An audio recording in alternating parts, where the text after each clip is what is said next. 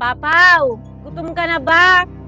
Kakain na tayo. Sasandok lang ako. O sige, ihanda mo na yung pagkain para nagugutom na ako.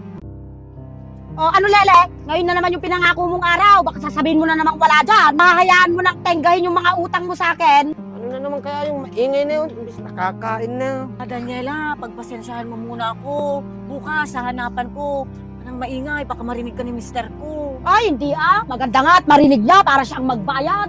Ay, naiinis na ako sa'yo. Ano, lagi na lang dahilan. Alam nyo naman, nung nangutang kayo sa akin, alam nyo yung week lang bayaran dyan. Alam nyo naman na hindi sa akin yung perang yan sa anak ko. Pinapaikot ko lang din. Wala nga, alam mo naman, pag hindi kami nakakahulog, kinabukasan, dodoblihin namin. Dali ano, kakain pa ba o hindi na? Sige na, punta ka muna doon.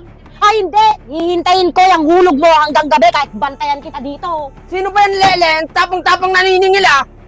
Lele, sino yan? Ano pa? Ayaw mo na, Papaw, nakikiusap naman ako. Bukas ko na lang babayaran. Nakikiusap ka nga kung ano-ano yung sinasabi niyan. Hindi ka niya pinapakinggan. Ikaw naman kasi, ang laki-laki magpatubo niyan, binabatok mo pa. Sila din ang lumapit sa akin na nangutang. Bakit sinabi ko bang umutang sila sa akin na kahit malaking patubo? Alam mo yan, Lele, nung nagipit ka, sa akin ka lumapit. Kaya pagsabihin mo yung asawa mo, ay, bunga na. Gago pala yung asawa mo eh. Hindi, bakit hindi niya alam yung mga inutang mong yon? Natikman din yun. Mas gago ka.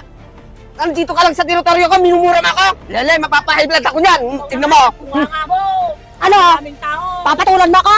Sige, papatulog ka. Lumayas ka na dito. Sige, babae ako. Lumayas ka na. Masyado kasi kayo. Wag kasi kayong umutang kung ayaw niya sising yung mga asawa niyo. Oh, Tama sundo naman yun. na, ikaw naman, nakakarami ka na. Hindi mo na natayaan. Ano nga hayaan? Hampasin ko yan eh. Kasakit talaga ng tip-tip ko dun sa mga yun.